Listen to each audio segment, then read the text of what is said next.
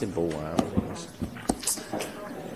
Alors, bonsoir à tous et à toutes. Bienvenue à la rencontre du 2 juin du CECCE. Alors, je vais demander à la conseillère Lacombe de réciter la prière pour débuter la séance, s'il vous plaît. Parfait. Donc, je vais demander à tout le monde de réciter notre Père, s'il vous plaît. Au nom du Père et du Fils et du Saint-Esprit. Amen. Notre Père, qui est aux cieux, que ton nom soit sanctifié, que ton règne vienne, que ta volonté soit faite sur la terre comme au ciel. Donne-nous aujourd'hui notre pain de ce jour. Pardonne-nous nos offenses comme nous pardonnons aussi à ceux qui nous ont offensés. Et ne nous soumets pas à la tentation, mais délivre-nous du mal. Amen. Merci, conseillère Lacombe. Alors, ce soir, on a une séance qui est dédiée au budget. Alors, on va commencer par l'adoption de l'ordre du jour, si vous voulez bien. Un proposeur et un appuyeur, s'il vous plaît, pour adopter l'ordre du jour. Alors, proposé par la conseillère Tremblay, appuyé de la conseillère Briand. Que soit adopté tel que présenté l'ordre du jour de la séance du 2 juin 2015 du CECCE. En faveur? C'est adopté, merci. Et vous avez le procès-verbal de la rencontre de la semaine passée, du 26 mai. Un proposeur, s'il vous plaît, pour l'adoption. Conseillère Lacombe va proposer, appuyé de la conseillère Burns. Que soit adopté tel que présenté le procès-verbal de la séance ordinaire du 26 mai 2015 du CECCE. En faveur? C'est adopté, merci. Est-ce qu'il y a des questions qui découlent du procès-verbal? Non. Alors, on va sauter dans le vif du sujet. On va parler de la politique 3.1, la planification financière et budgétisation, nos prévisions budgétaires 2015-2016. Alors, je passe la parole à M. Roy, s'il vous plaît. Merci, M. le Président. Même si je n'ai pas acheté des nouveaux souliers aujourd'hui, habituellement c'est la tradition, mais je ne sais pas si M. Bellerose a acheté ses nouveaux souliers. Des lacets. Avec les restrictions budgétaires, on achète des lacets et non plus des nouveaux souliers. Donc, chers conseillères et conseillers scolaires, c'est avec plaisir que je vous présente les prévisions budgétaires 2015-2016 qui ont été élaborées pour soutenir la réussite et le bien-être de chaque élève et de mettre en œuvre la vision stratégique. Ce budget fournira les ressources nécessaires pour assurer la performance de notre organisation et la conformité à nos politiques. Nous sommes toujours très fiers des résultats obtenus par nos élèves aux tests provinciaux d'OQRE qui continuent de dépasser les attentes que vous avez fixées ainsi que celles dictées par le ministère de l'Éducation. Se dépasser sans cesse demeure difficile et exige des approches novatrices, ciblées, cohérentes et surtout des efforts de tous les instants de la part de l'ensemble du personnel. Au fil des années, vous avez pris de bonnes décisions en investissant dans l'amélioration de nos programmes, nos services et nos installations et également dans ce qui fait la plus grande différence au niveau de nos élèves, notre personnel. Au mois de février dernier, vous avez adopté 4 objectifs de performance prioritaires et 4 objectifs stratégiques prioritaires pour l'année 2015-2016 qui ont guidé l'élaboration des présentes prévisions budgétaires. Un petit rappel au niveau des objectifs de performance prioritaires, de réduire les écarts de rendement, offrir un milieu scolaire sécuritaire et bienveillant, soutenir la construction identitaire catholique et francophone et recruter et retenir un plus grand nombre d'élèves. Au niveau des objectifs stratégiques prioritaires, le personnel scolaire de chaque école est engagé à mettre en œuvre, en collaboration, les approches pédagogiques préconisées pour la transformation de l'expérience d'apprentissage. Le deuxième, la capacité d'influence sur les politiques et décisions du ministère de l'Éducation, l'Ontario et diverses instances gouvernementales sont visibles et améliorées. Le troisième objectif stratégique, l'organisation optimise les processus à valeur ajoutée. Et le quatrième objectif, les éléments essentiels en matière de gestion des risques sont intégrés à la saine gestion. Le budget proposé permettra de mettre en place des stratégies ciblées ainsi que des ressources nécessaires afin d'atteindre les objectifs prioritaires, d'améliorer la performance du Conseil, d'actualiser la transformation d'expériences d'apprentissage et le développement des compétences du profil de sortie de l'élève. Depuis quelques années, devons faire preuve de diligence pour maintenir les acquis en éducation. Grâce aux pratiques de saine gestion préconisées par le Conseil, à la croissance des effectifs prévus et une utilisation stratégique des ressources disponibles, nous sommes fiers d'avoir réussi, particulièrement cette année, à maintenir les programmes et les services axés sur la réussite et le bien-être des élèves, tout en ayant aussi des ressources nécessaires pour actualiser notre vision stratégique qui sont énoncées dans notre plan stratégique. Et ce, malgré des défis budgétaires. Je dois vous avouer aussi que l'équipe des finances a travaillé depuis plusieurs mois et énormément de rencontres et avec le conseil de gestion pour trouver des solutions aux 3,7 millions, ou presque 3,8 millions qu'on devait couper. Donc, je tiens à remercier l'équipe de M. Belrose, Mme Brisson et tous les membres de son équipe pour le beau travail qu'ils ont fait à nous appuyer et à élaborer le budget qu'on vous présente ce soir. Donc, la bonne nouvelle, c'est que on propose ce soir un budget équilibré qui répond aux exigences du ministère de l'Éducation ainsi que la politique 3.1 du Conseil des écoles catholiques du Centre-Est en matière de planification financière et au niveau de budgétisation.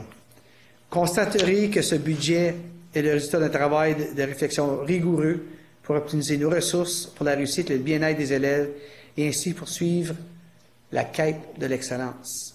C'est donc dans cet esprit que je vous soumets avec confiance les prévisions budgétaires 2015-2016. Donc, vous avez tous reçu la documentation, on a reçu aussi le cahier des prévisions budgétaires. Et au fur et à mesure, ce soir, au niveau du déroulement, on vous présente la mise en contexte. Je vais vous présenter les faits saillants du budget. Ensuite, Mme Brisson va vous présenter les revenus, les dépenses, les fonds de réserve, les pressions budgétaires pluriannuelles. Et par la suite, au niveau des consultations et également au niveau des projets ou des stratégies davantage au niveau des objectifs prioritaires sont présentés par Mme Tremblay et à la toute fin, nous avons des recommandations.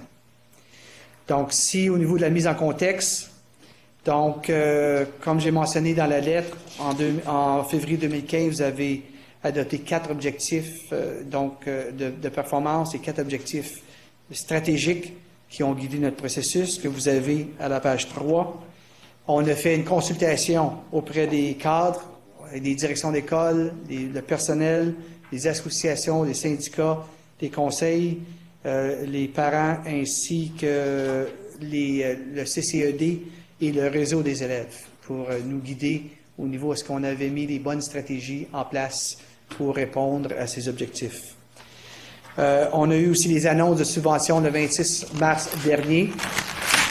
Les délibérations visent à déterminer si les prévisions budgétaires supportent l'atteinte des résultats fixés à la direction de l'éducation, parce que en dépit de ce qu'on vous avait présenté en février dernier, les priorités sont en lien de performance, sont en lien avec les résultats fixés à la direction de l'éducation, tandis que l'actualisation de la vision, c'est beaucoup plus au niveau du stratégique. Les 4 objectifs de performance prioritaires et les 4 objectifs stratégiques prioritaires approuvés par le Conseil le 10 février 2015 ont guidé la planification dans un contexte de saine gestion.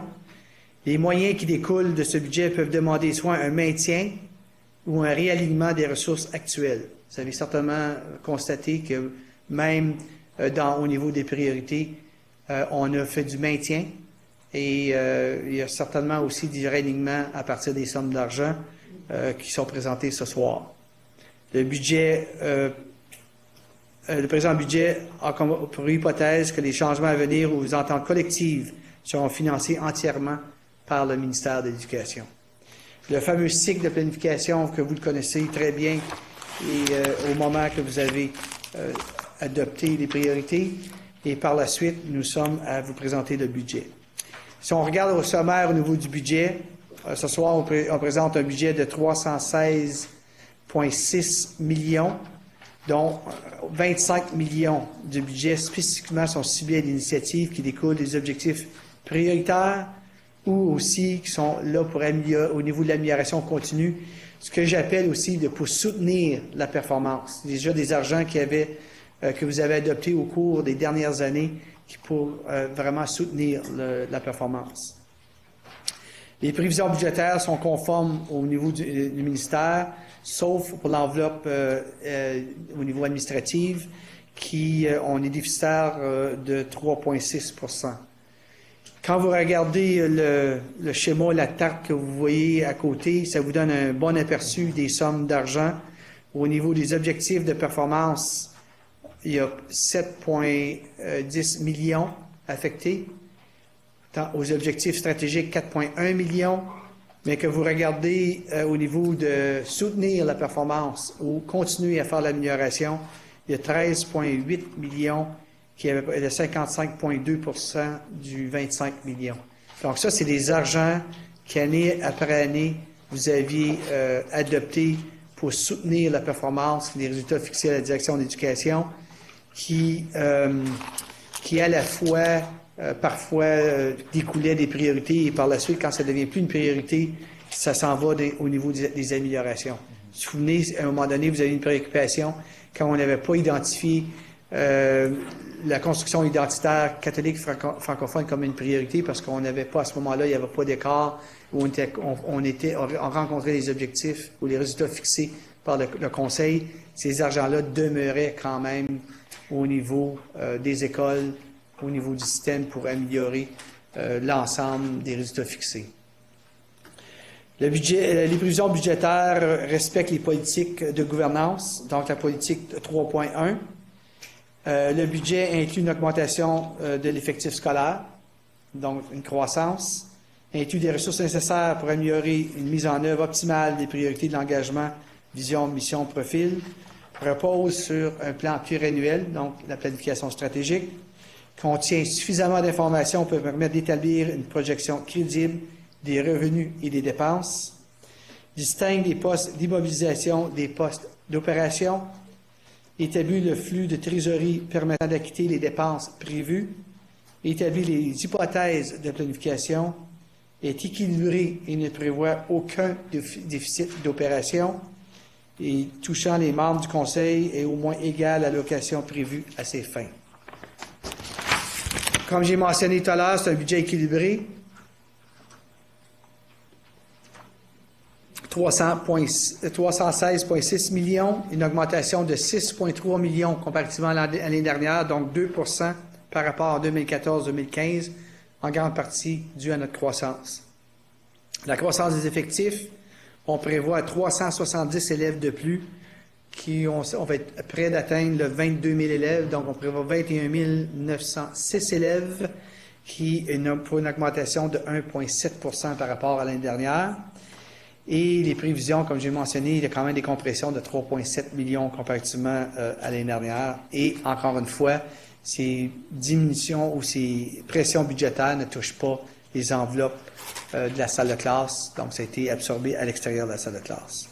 Les faits saillants, 38 employés supplémentaires pour répondre aux besoins des élèves, dont 25 enseignants supplémentaires, 23 enseignants pour la croissance des élèves et l'impact de la nouvelle école maintenant de Paul Desmarais, école secondaire catholique Paul Desmarais, 2 enseignants pour les classes distinctes d'autisme et 13 employés supplémentaires, dont 2 directions et directions adjointes, l'équivalent de 2 parce que c'est des demi-années, direction ou direction adjointe, le barème de déploiement et ouverture de nouvelles écoles, l'école Paul Desmarais et l'école d'Orléans secondaire et Avalon-Ouest à Orléans.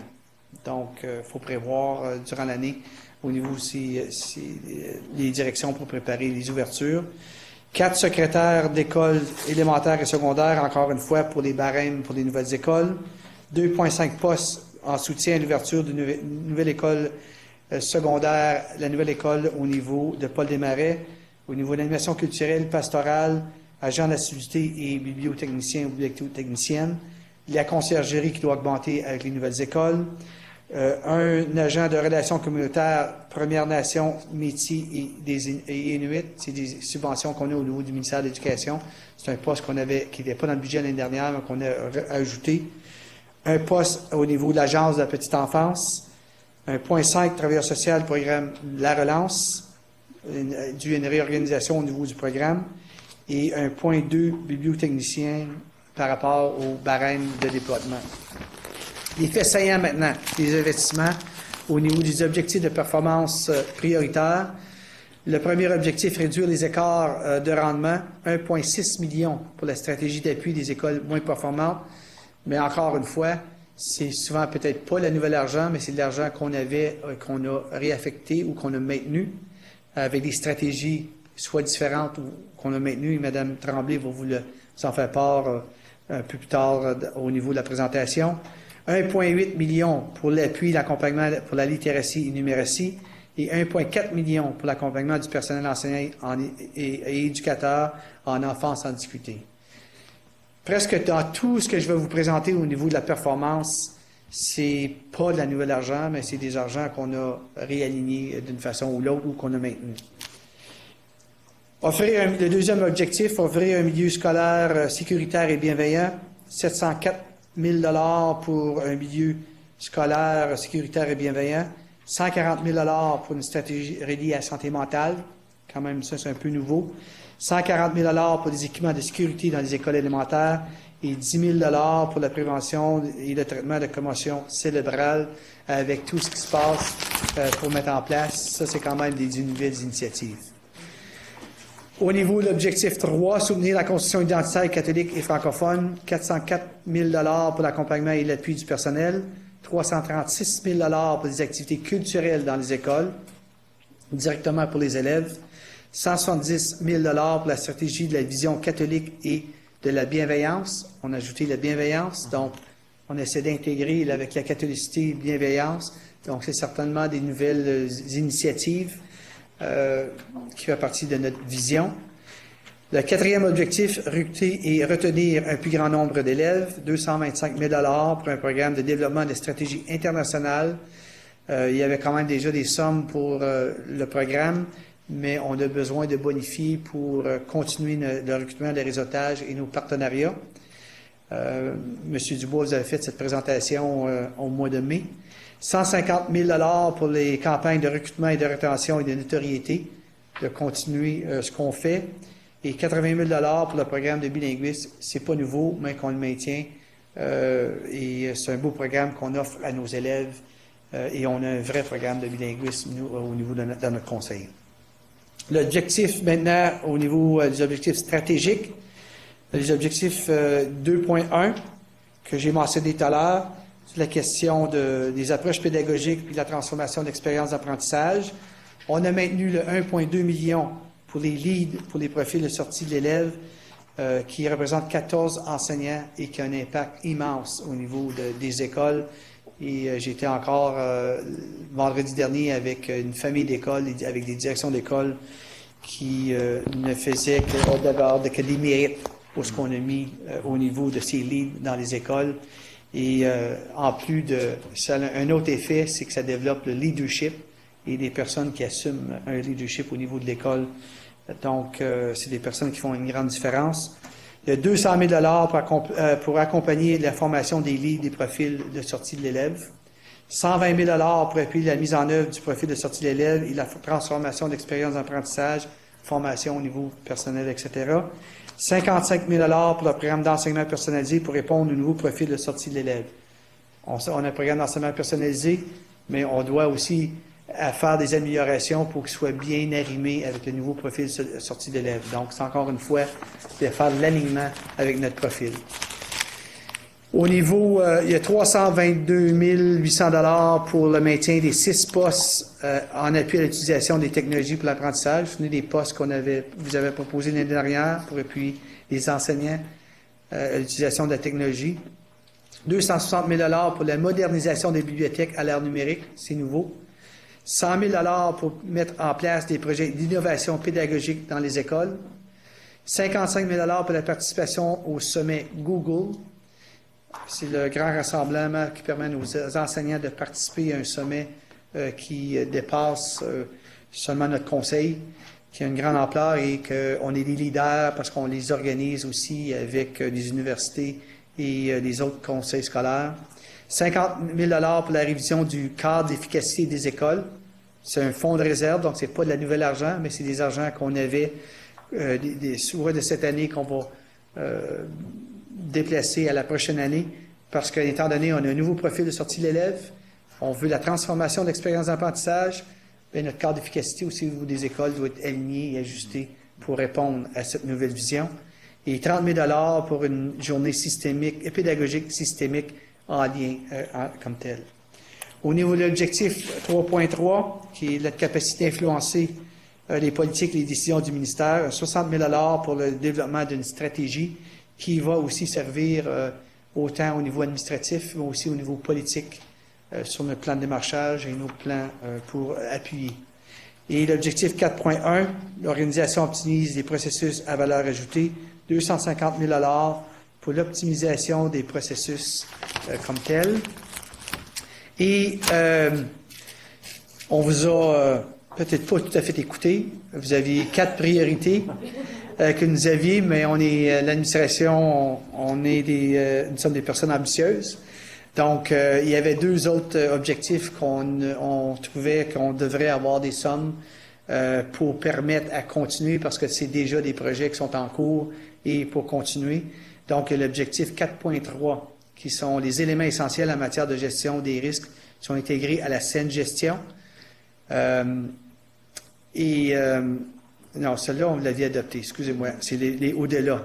Il y avait 618 200 $ pour la gestion des risques, c'est un fonds de réserve, donc c'est pas de la nouvelle argent.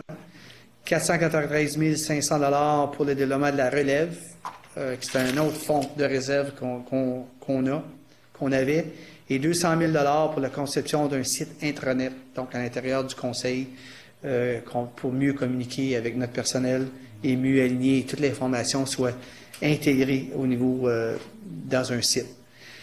C'est là qu'au-delà des priorités qu'on ne vous a pas écouté, mais le 1.1, le cadre d'imputabilité soutient l'actualisation du profil de sortie de l'élève. Vous savez, avec les nouveaux résultats fixés, on vous a fait des présentations. Étant donné qu'on a un nouveau profil de sortie de l'élève, il faut certainement modifier les résultats fixés à la direction d'éducation. Donc, un 375 000 $ pour la gestion de l'amélioration et de la performance. Et la synergie avec les partenaires de la communauté qui vient soutenir la réussite et le bien-être de l'élève. 55 000 $ pour développer une stratégie avec nos partenaires qui va nous permettre de mieux nous préparer pour l'année 2, l'année 3 et l'année 4. Donc, c'est vraiment des argents plutôt de planification parce que c'est faire l'école différemment. L'école éclate des murs traditionnels scolaires, donc il faut aussi préparer comment on va travailler avec nos partenaires. On est fiers aussi de vous présenter l'amélioration continue ou les sommes d'argent qui étaient déjà dans les budgets pour soutenir la performance. Les résultats vont fixer. Donc, un investissement de 13,8 millions qui sont maintenus, puis on a fait des grandes catégories. On a 8,4 millions pour les programmes des apprenants du français et des nouveaux arrivants. Vous vous souvenez d'année en année, au cours des dernières années, on avait investi beaucoup parce qu'on a de plus en plus d'élèves qui nous arrivent, qui ont besoin d'appui en français. Donc, on maintient le 8,4 millions. On maintient le 1,5 million au niveau de la petite enfance, du programme PP3, jeux d'école et journées prolongées. Le 1,2 million pour tout ce qu'on a rapport avec la formation du personnel, autre que ce qu'on vous a présenté au niveau des priorités, pour soutenir les communautés professionnelles d'apprentissage dans les écoles, donc les fameuses CAP, les programmes aussi d'insertion professionnelle pour les nouveaux enseignants, 595 000 $ pour les programmes spécialisés au secondaire, les majors de spécialisation, le bac international, le sport-études, les écoles urbaines. Il y a certainement aussi des programmes Focus qui sont subventionnés. 426 000 $ pour les programmes axés sur la réussite des élèves. Pareil, c'est une subvention qu'on a au niveau du ministère de l'Éducation. 400 000 $ pour le développement durable. Donc, on continue nos beaux projets qu'on a mis en place au cours des dernières années. 310 000 $ sur la stratégie de développement des compétences du personnel non enseignant, le programme que M. Bordelot vous a présenté au mois de mai. Donc, On est quand même avant-gardiste comme conseil scolaire d'avoir un programme pour le personnel non enseignant. 300 000 pour le programme de la relance. 213 000 pour le programme des Premières Nations, des métiers et Inuits. Et justement, aujourd'hui, on avait le dépôt du canot que les élèves de Béatrice-des-Loges ont construit. Ça a été une très belle cérémonie. Aussi, on avait la communauté des Premières Nations qui était avec nous. C'était parce que moi, j'étais là de 10h à midi 10, après midi et demi. Puis, c'était une très, très belle cérémonie. Puis, les élèves étaient enchantés, je pense, de voir. Puis, toute la culture au niveau autochtone, c'était très, très intéressant. Je ne peux m'empêcher d'en parler parce que j'ai trouvé ça émouvant aussi. Et 434 000 pour les autres initiatives dans les écoles, comme l'appui aux devoirs, les camps d'été en littératie, les projets d'art, les tournois sportifs, les bénévoles. Donc, encore une fois, au niveau de l'enrichissement. Quand on regarde au niveau de l'alignement des objectifs prioritaires, au total, au niveau des objectifs prioritaires, il y a 7,7 millions, au-delà de 7 millions.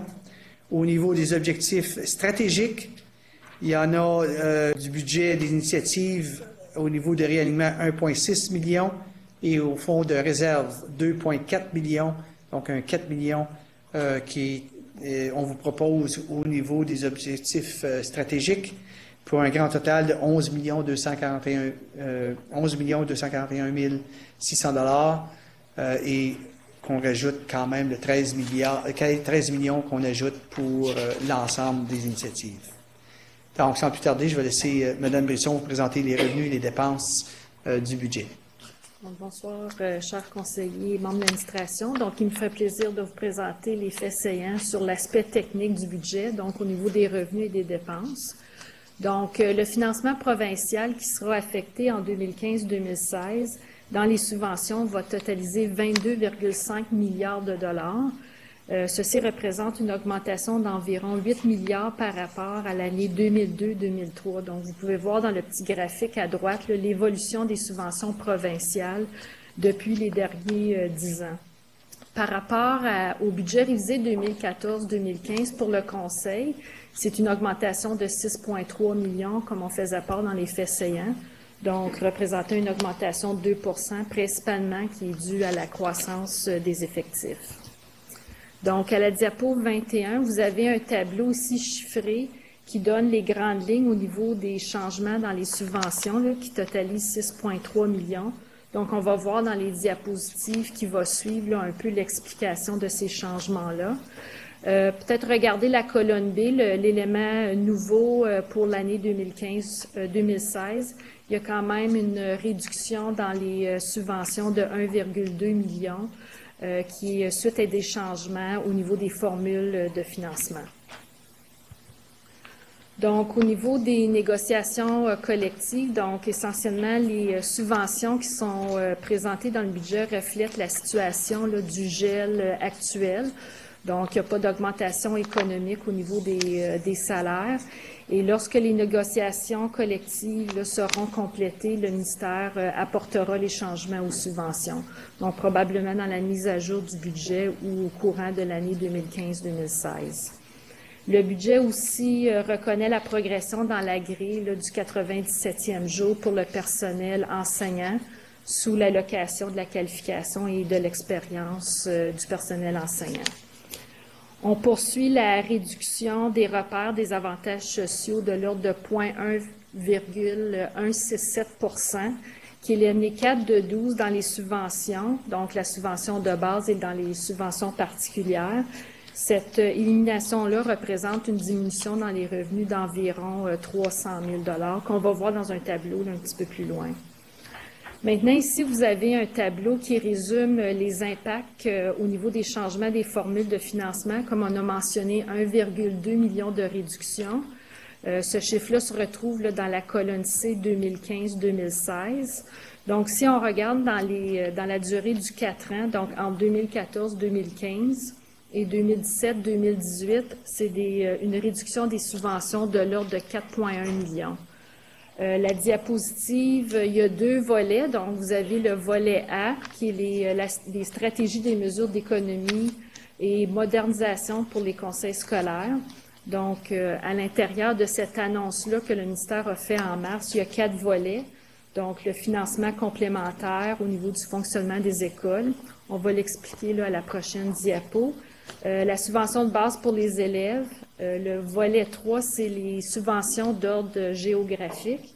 Et le 4e point, c'est le redressement pour la baisse des effectifs, qui ne s'applique pas pour notre conseil puisqu'on est un conseil en croissance. Le volet B, c'est la mise en œuvre continuelle des changements appliqués dans le budget de l'année 2014-2015 au niveau de l'enfance en difficulté et au niveau de l'administration. Donc, comme on peut voir dans la colonne A, sur les prochains 4 ans, c'est une réduction de 4,1 millions. Puis, dans tous les volets, c'est une réduction, sauf dans 2 domaines, qui est la subvention de base pour les écoles sur le volet A2. Et au niveau de l'administration, au volet 6, c'est une augmentation de 355 000 $ sur 4 ans. Donc, ici, je vais passer rapidement. C'est de l'explication des changements du volet A, de la réduction des subventions. Le plus gros montant ici, c'est la perte de subvention d'1,7 million sur 3 ans pour le financement complémentaire au niveau de l'entretien des écoles. Donc, ici, cette subvention visait à financer les écoles qui étaient sous-utilisées, donc qui n'opéraient pas à pleine capacité. Donc, le ministère va réduire sur une période de 3 ans le financement et une partie de cette économie sera réinvestie dans les seuils repères au niveau du fonctionnement. Donc, il va majorer un peu les seuils repères. Il va aussi réviser les facteurs de redressement qui sont utilisés dans le calcul de cette subvention. On a des facteurs au niveau de la géographie, l'âge des écoles et la superficie des installations. Justement, au niveau de l'âge des écoles, quand on a rencontré le ministère au mois de mars, nous sommes le conseil qui a l'âge des écoles moyens le plus bas. Donc, on est à 24. Notre âge moyen de l'ensemble de nos écoles est de 24 ans.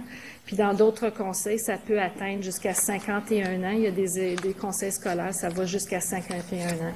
Donc, c'est sûr que le ministère aligne aussi les subventions en fonction de ces critères-là. La subvention pour raison d'ordre géographique, donc ici, une perte de 456 000 sur 3 ans. Donc, le ministère met à jour les données et change la façon de calculer la distance du bureau central entre ces écoles. Au niveau de la subvention de base, ici, c'est un gain pour le conseil là, de 220 000 sur les prochains 3 ans. Donc, essentiellement, l'objectif du ministère, c'est de rediriger le financement des petites écoles qui ne sont pas dans des milieux isolés vers des écoles de grande taille ou dans des milieux éloignés ou à palier mixte. Puis, quand on parle de palier mixte, c'est des écoles dont des élèves de l'élémentaire et du secondaire fréquentent, notamment nos écoles secondaires 7-12. Donc, le gain qu'on fait ici de 220 000, c'est surtout pour les écoles de 7-12 où on a des élèves là, en 7-8 de l'élémentaire et de 9-12 du côté secondaire. Comme mentionné au niveau de la baisse des effectifs, c'est un volet qui est touché pour certains conseils, mais ne s'applique pas là, pour notre conseil.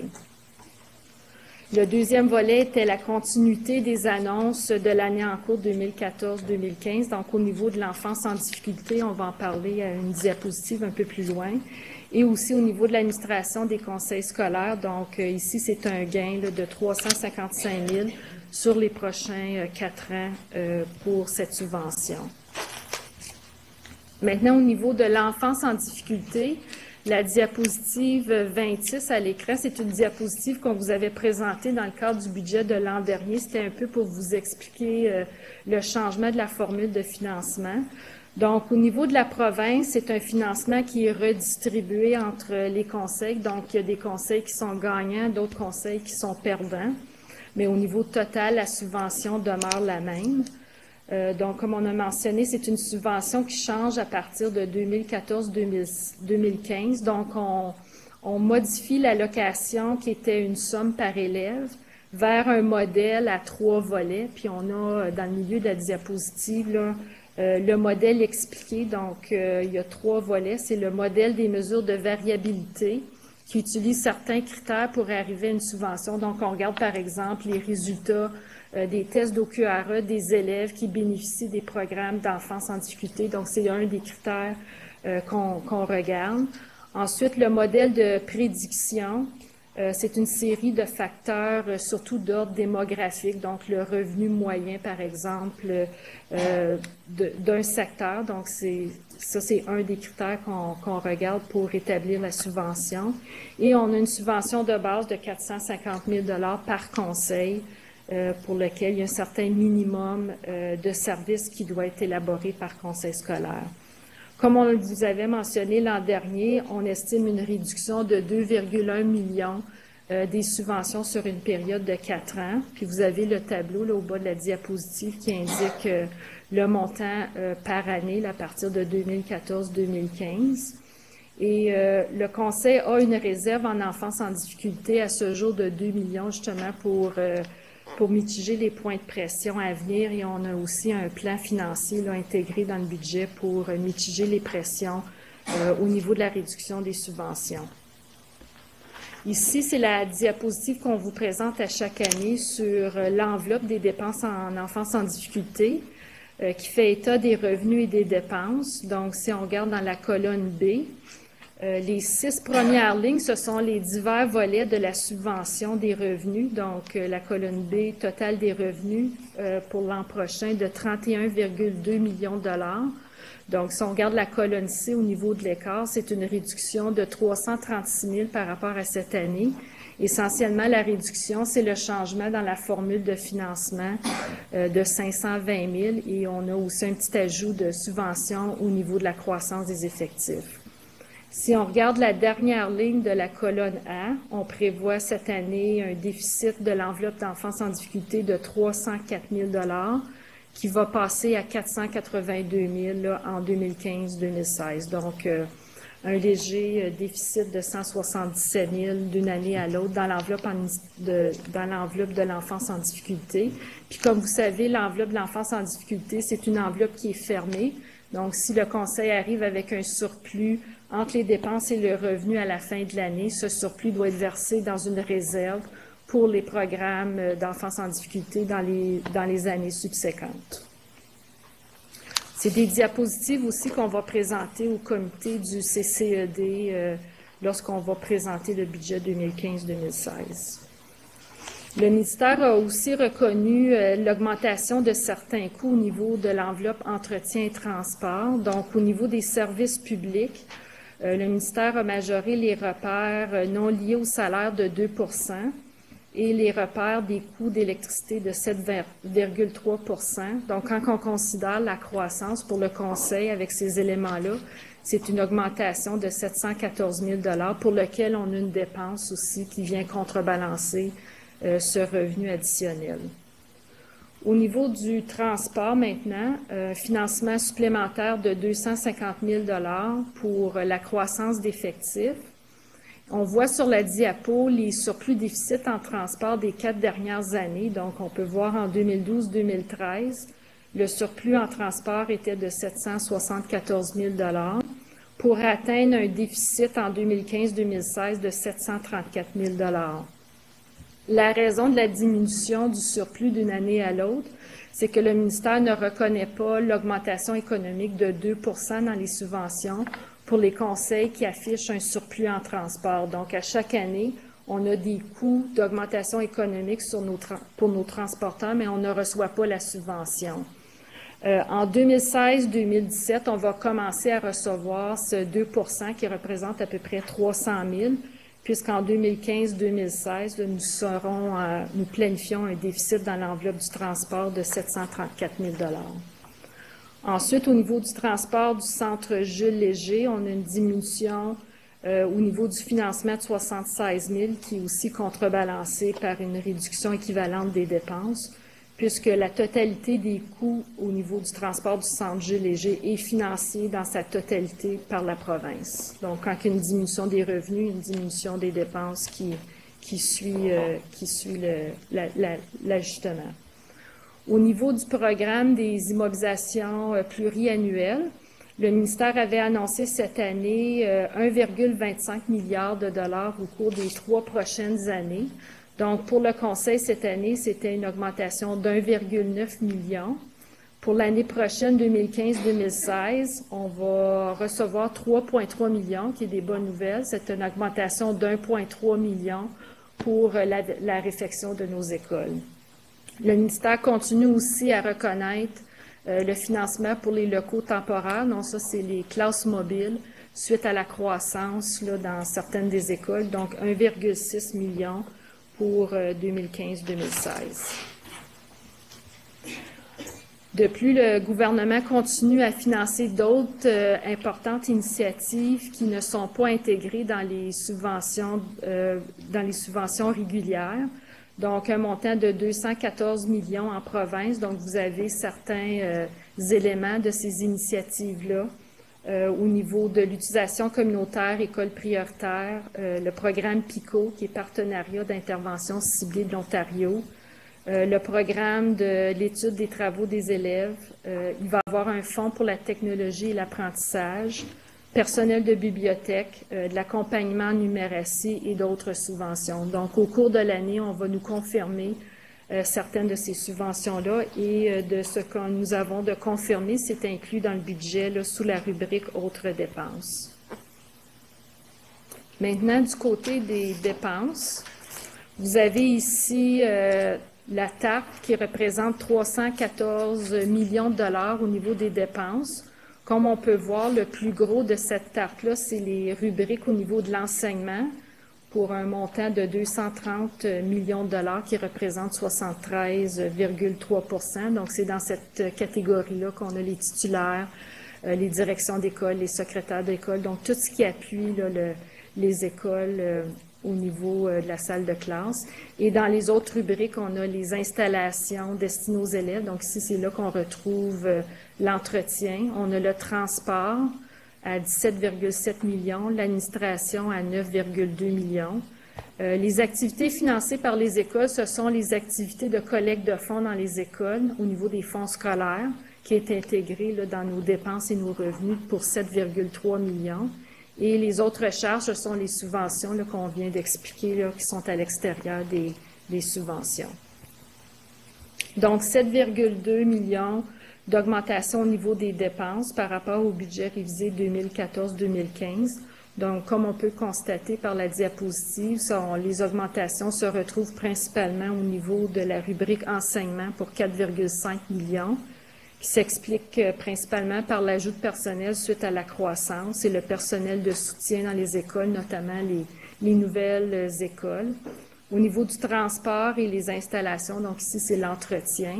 Donc, on a 1 million en transport d'augmentation, 1 million au niveau de l'entretien. Et aussi, selon les normes comptables, on doit comptabiliser l'amortissement qui est à peu près 900 000. Au niveau des dépenses aussi, on a l'allocation des conseillères et conseillers scolaires qu'on vous présente à chaque année. Donc, l'allocation reste la même à 170 000 $ au niveau de l'allocation et budget de 171 000. Donc, ici, c'est pour financer les honoraires des conseillers scolaires à 115 000 $ et les autres dépenses pour 55 000 qui sont essentiellement les frais de représentation et de formation. On a un autre montant aussi prévu à la ligne administration sous le volet haute pour la cotisation annuelle de la FOCSC au niveau de 107 000 $. Et on a un nouveau montant qui a été ajouté cette année de 129 000 du côté des revenus et du côté des dépenses pour les activités liées aux relations de travail pour les associations. Donc, essentiellement, c'est pour défrayer les frais de déplacement et les services juridiques. Et le ministère nous informe qu'il va sortir des règlements par rapport à l'utilisation de cette subvention-là qu'on va pouvoir vous revenir une fois qu'on va nous avoir soumis les détails à ce niveau-là. Il y a un montant aussi prévu à la ligne manuel scolaire et fourniture de 29 000 $ pour la cotisation d'OPECO. Maintenant, au niveau des fonds de réserve, le budget prévoit un versement d'1 million à la réserve de remplacement des dispositifs numériques, donc l'équipement technologique au niveau des écoles et aussi du personnel enseignant. Donc, on prévoit qu'au 31 août 2016, nous aurons une réserve de 2,6 millions qu'on continuera de renflouer pour qu'on soit en mesure de financer les équipements lorsqu'il y aura lieu de les remplacer au niveau des élèves et du personnel enseignant.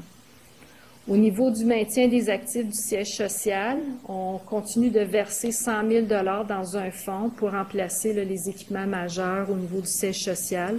Donc, on prévoit qu'au 31 août 2016, nous aurons une réserve de 370 000 $ à cette fin. Maintenant, au niveau du démarrage des nouvelles écoles, le budget prévoit une somme de 892 550. Donc, essentiellement, c'est pour démarrer les 3 nouvelles écoles, les 2 écoles secondaires et l'école élémentaire à Vallon. Donc, ici, on finance le matériel, les équipements. Il y a aussi des fournitures pédagogiques, des livres de bibliothèque, par exemple. Compte tenu qu'on a 3 écoles qui vont ouvrir quasiment en même temps ou en construction, ce qui est unique dans les prochaines années. 3 écoles, habituellement, c'est 1 école par année.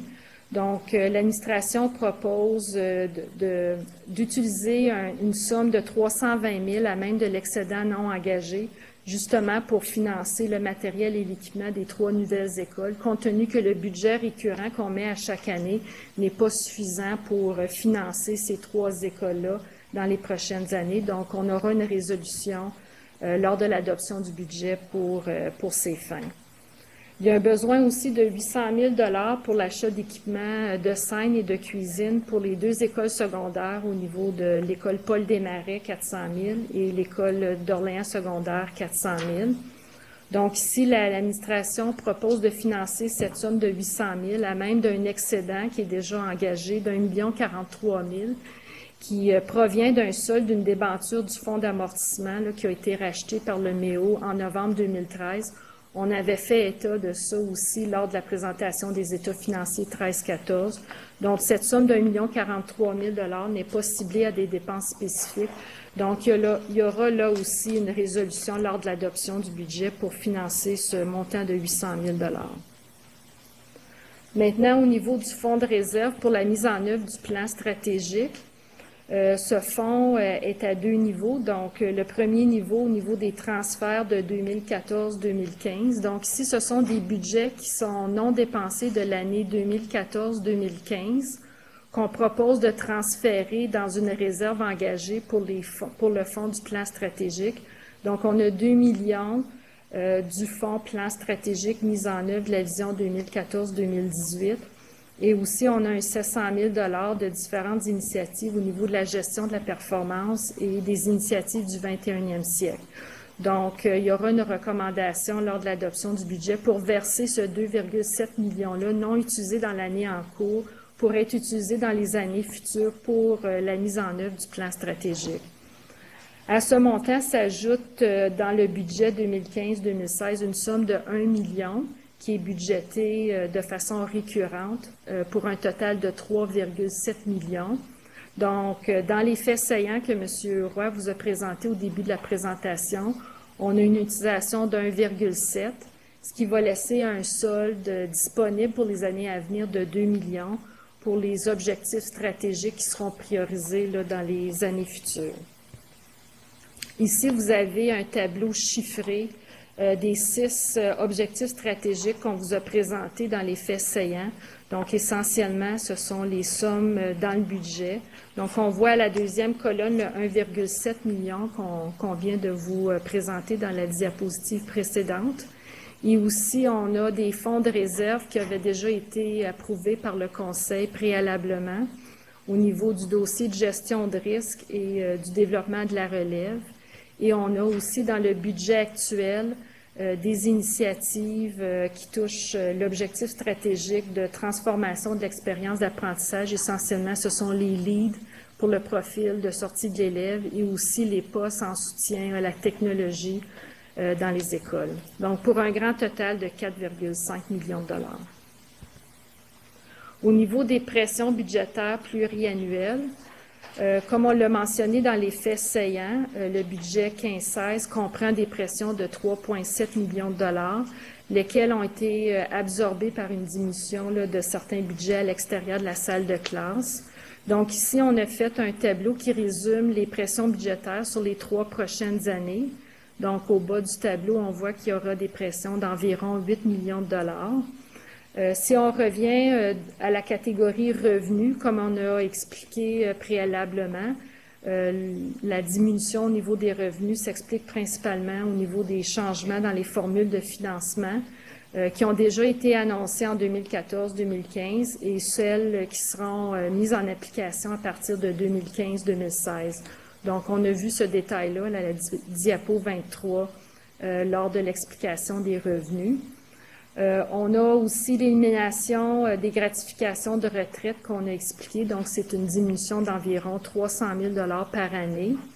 Puis, à partir de 2016-2017, on se verra octroyer un financement là, au niveau du transport, là, le fameux 2 puisque l'enveloppe de transport sera déficitaire de 734 000 $ et un financement additionnel aussi en 2016-2017 de 445 000 pour le financement suite à l'ouverture de la nouvelle école secondaire d'Orléans et l'école Avalon élémentaire pour financer la secrétaire, la direction et aussi une portion de la direction adjointe.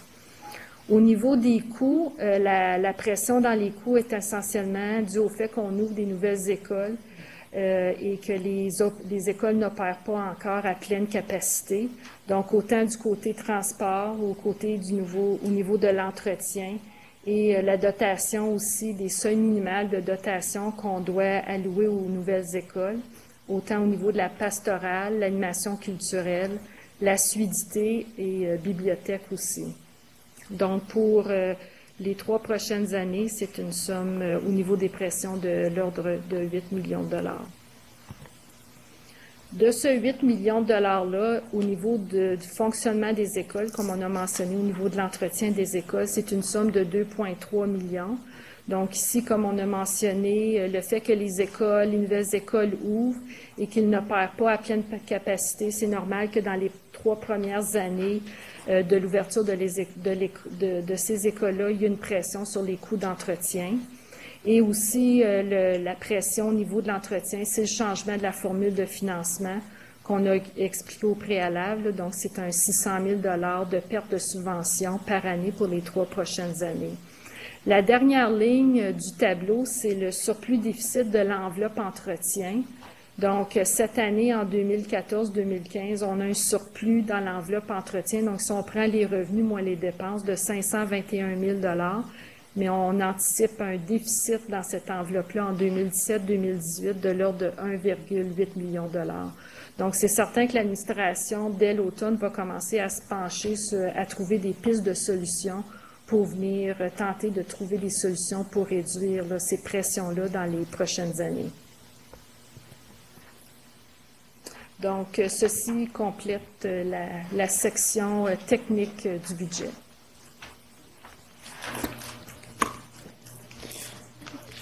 Bonsoir. Alors, tous ces multiples calculs pour essayer de dégager des marges de manœuvre pour venir financer les initiatives qui sont prévues dans notre plan d'amélioration du Conseil. Donc, comme le disait M. Roy tantôt, le plan d'amélioration du Conseil comprend essentiellement 2 volets. Il y a un volet qui découle des objectifs de performance, donc les objectifs prioritaires de performance que vous avez identifiés en février, et le deuxième volet qui touche les objectifs stratégiques que vous avez également identifiés comme étant prioritaires pour 15-16. Alors, comme mentionné tantôt, quand on élabore le plan d'amélioration du Conseil, on s'assure toujours de mener un exercice de consultation auprès de nos parties prenantes.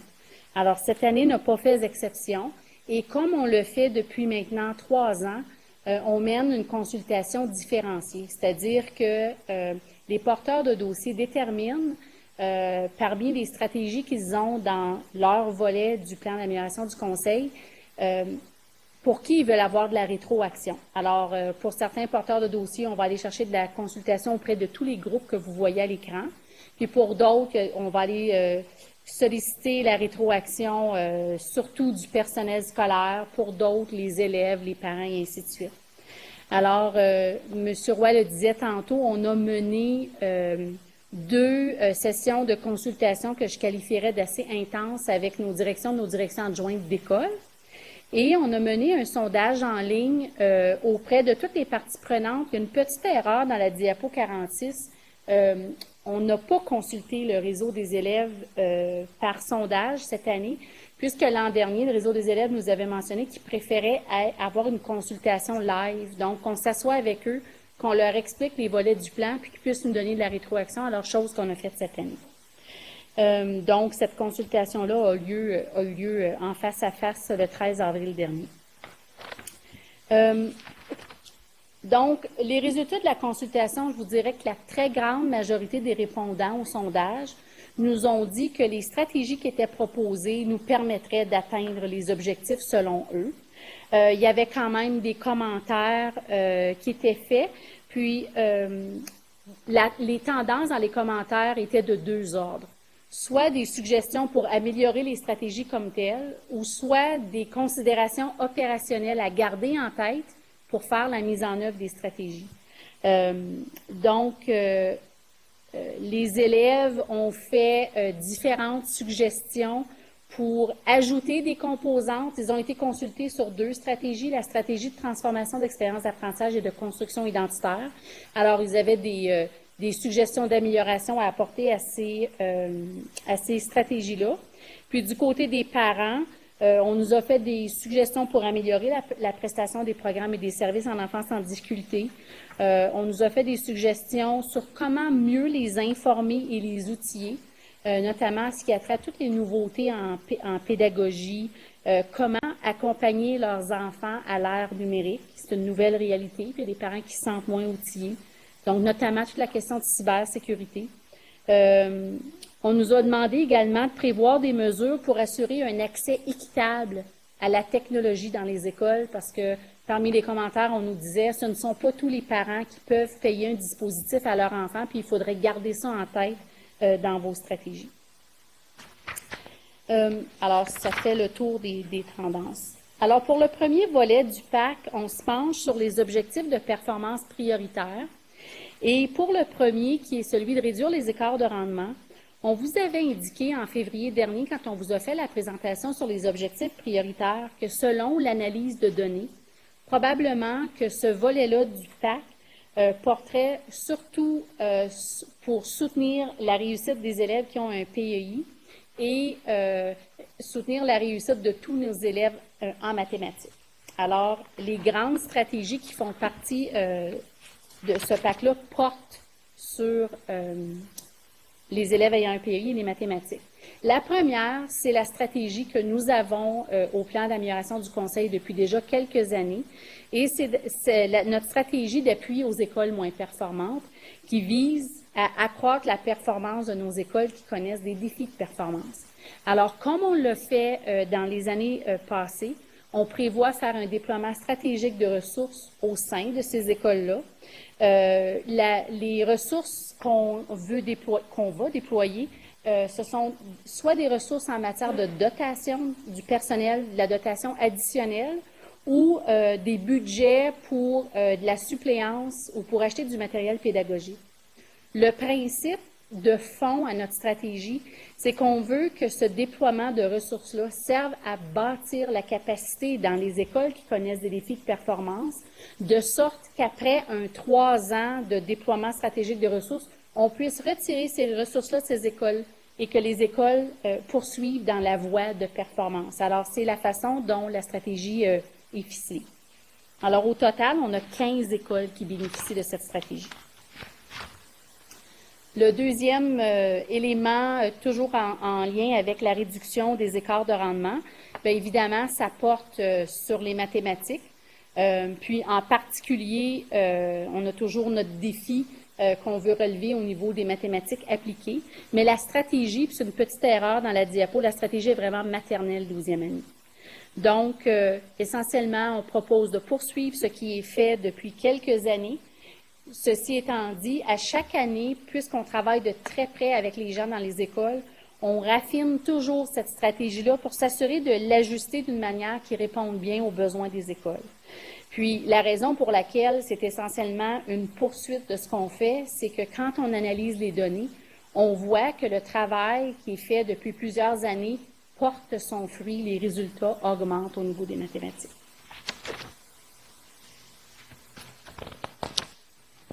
Et pour le dernier volet qui découle du premier objectif prioritaire de performance, c'est toute la stratégie qui soutient la réussite de nos élèves qui ont un PEI de la maternelle à la 12e année. Alors évidemment, on vous avait présenté en février différentes données qui indiquaient que le sous-groupe d'élèves ayant un PEI, c'est notre sous-groupe d'élèves où il y a encore beaucoup de place à amélioration. Alors c'est notre sous-groupe qui, de manière générale, performe moins bien que les autres élèves. Alors, la stratégie vient soutenir les efforts qu'on met en place depuis quelques années pour soutenir les écoles, que ce soit de poursuivre l'accompagnement du personnel enseignant qui œuvre en enseignement ressources, poursuivre nos efforts d'accompagnement du personnel éducateur pour qu'il assure un appui plus efficace auprès des élèves qui ont des besoins particuliers, l'accompagnement de notre personnel enseignant qui œuvre dans les classes distinctes de difficultés d'apprentissage et de langage, la formation du personnel enseignant par rapport à deux anomalies spécifiques, troubles du comportement et troubles du spectre de l'autisme. Donc, une formation du personnel pour qu'ils puissent bien connaître le type d'intervention à privilégier avec les élèves qui ont des besoins par rapport au comportement et à l'autisme. Et ça fait le tour pour le premier objectif prioritaire qui est de réduire les écarts de rendement. Le deuxième objectif, c'est d'offrir un milieu scolaire bienveillant et sécuritaire à nos élèves.